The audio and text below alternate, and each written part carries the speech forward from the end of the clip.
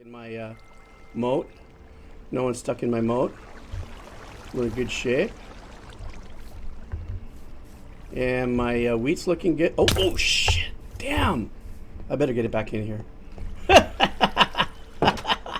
Those creepers are just waiting in on me.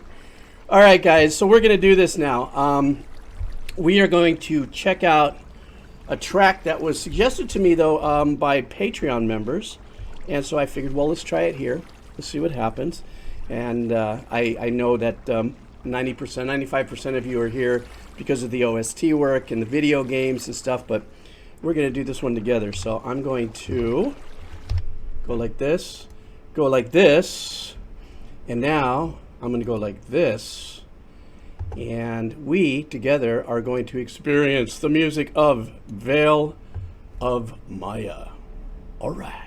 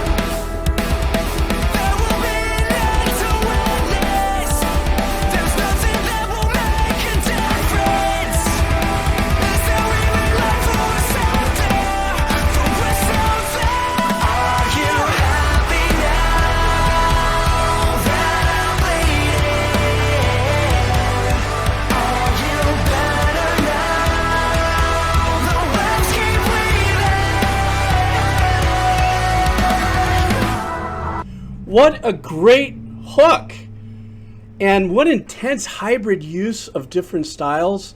Everything from the synths to the super chugginess and the heaviness and the authenticity of, I believe, what Veil of Maya is really steeped in. And also the change up of the voice performance. I think here's some really unique technical things about this that I really super dig.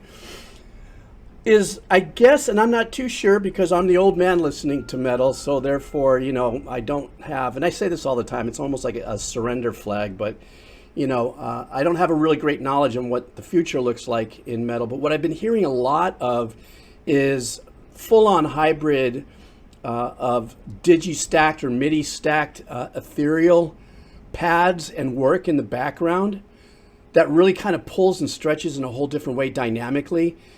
And it also gives that space for when the guitars did all the chugging and that really super cool. Well, hats off to the engineering on that too, because that's some sick engineering move over there.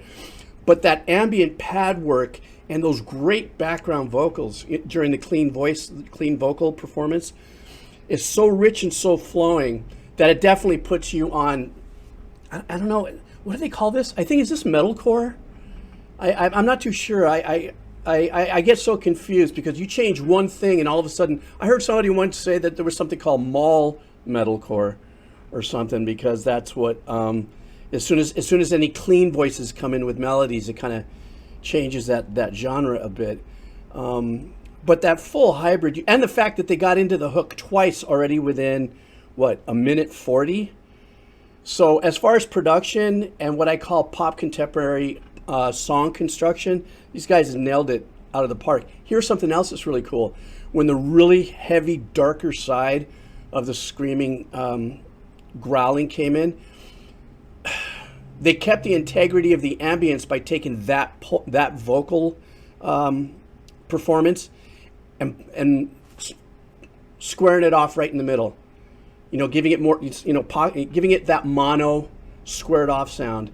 So then it let some of the more punchy, grindy, guitar work and stuff do its magic hard left and right. The darker, growlier stuff came in. Then once the glassier vocals came in and the harmonies kicked in with the ambience, it just gives you this big, fat, sick dynamics.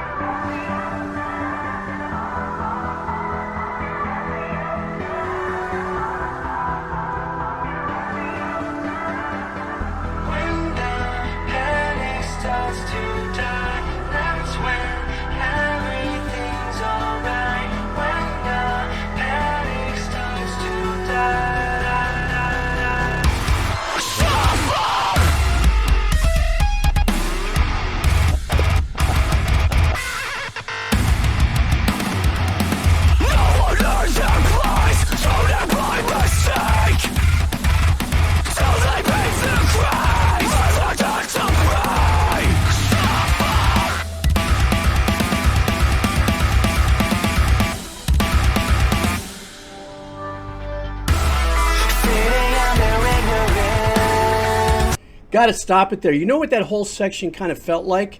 It's like you worked your way up from hell, the stairs of hell, and you open the door and you thinking you see in light. And then that whole section we just heard felt like someone just kicks you back in the chest and you just tumbling back down the stairway to hell. And what I mean by that is that the choice of editing, engineering, production, and the way they built, in other words, when I first came back in, they had this really kind of cool sequence that kind of had an enveloping edge to it. So it was boom, boom, boom, boom, boom, boom, boom, boom, boom, boom, boom, boom, boom, boom, boom, boom, boom, boom. I know it sounds lame, but what I'm trying to get at is finally there was a build that our internal clock felt there was a change coming. Boom, boom, boom, boom, boom, boom, boom, boom. But then they came in like the last two beats of that last 8 counts. With a, and then they just go. I would love to be a fly on the wall during an editing session on that, And this is specialized. You got to be a fan of this style and this genre to really, grind into it and stuff. But that whole passage I just heard just felt like somebody just went boom, and you just tumbling back down. Like you made it up. They let you come up to the top. They let you feel good about everything, and then they just gave it to you. With a smile on your face as you cash out, tearing down the monuments, tearing down the monuments now. Are you happy now? Are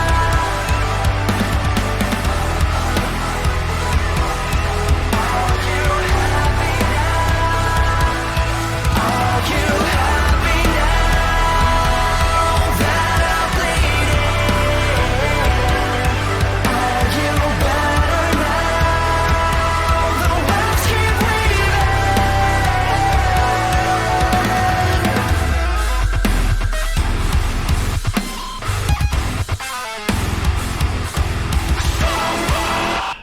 Okay, I'm going to go back. I'm usually on my channel. I usually don't do this when I do like my decomposer lounge work, as I kind of go through it. But here I'm just having a little different kind of fun since I've got a gang of us here hanging out. So I like to sometimes bring it back.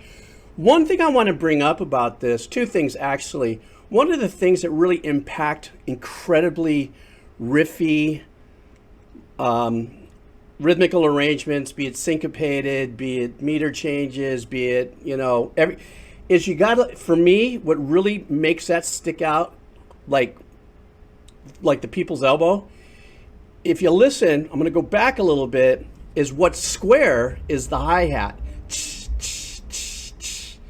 And that's keeping our internal clock locked in, But I will say one thing. The mix on this, and maybe, I'm listening on AKG 240s. These are like industry standard cans. Not super high end and stuff. These are really accessible. They're like $69. I'll put the link down, by the way. But I just feel like there's a little separation in the drum engineering where that kick is very tight and punchy and pushed harder, slightly harder in the mix. I mean, it really sticks out. That's not a bad thing. This is technique. It's not a bad thing. I'm not critiquing it in that sense, going, I don't know if I like that. And whether it's the hi-hat or the little China cymbals or whatever they're using to square off the, you know, the quarter notes. Probably in my head, I'm going, oh, I would love to have heard a little more of that. Or I could be just getting freaking old and I'm losing my high end like you do when you get in your 60s, you know. But I freaking love this. It had all the elements for me that actually I'm going to go back and listen to it when I'm done with this because it just all of a sudden it just kind of kicks the cans of creativity in my head. And I go, man, how did they do that? What are they doing there? And they also did a bunch of trickery on the vocals, too. There's a lot of what you might call canned radio styled. You know, they went in and out of different little techniques in the vocals and stuff, you know, as far as engineering. But outside of that, as a song, it was absolutely super hooky. And I just saw somebody who was saying that it was Sumerian Records, I guess it is. God, it's got to be such a hard time being a record company right now because there's so much freaking talent, you know, and having to pick and choose. But this apparently, let me see when this song released. Let me take a scroll. 2 days ago. Oh, okay. Oh, I thought I don't know. I just called it up from, Patreon, and so now let's see if Twitch. What do you call it when they kill the audio? See, that's what I don't know what's going to happen. That's why I'm not too sure if this is the place for me to be doing, you know, heavy metal breakdowns and stuff the way I do it because of the DCMA and how Twitch/Amazon handles that. So, you know, we'll just have to wait and see. All right, guys, let's go back to some Minecraft. Because that's what I'm going to do, right? You guys know that's how I do what I do when I do. Back to the game. All right, so all that being said, let me see. Oh, and if you notice, I widened up my my stairs. Yeah, on both sides. I figured out how to do that. I think one of the most important things that I figured about Minecraft is that you have to be very patient, and you just have to sit there, and you have to just maybe go on a 4-hour just mining, filling, and just getting everything done. And then every now and then you kind of get into like, oh, I just found something new. What's that? Eh? Quoi? So anyhow, I'm going to make a run here. Pew, pew. I like the sound of the water. Is that Trip? See, that's what I go to sleep to. Oh, where's the sun? Oh, it's right there. Good, I got some time. Somebody told me that I have to dig down like 50 or 60 blocks in order to get to diamonds or something like that. Yeah, I'm having a blast with Minecraft right now. As a matter of fact...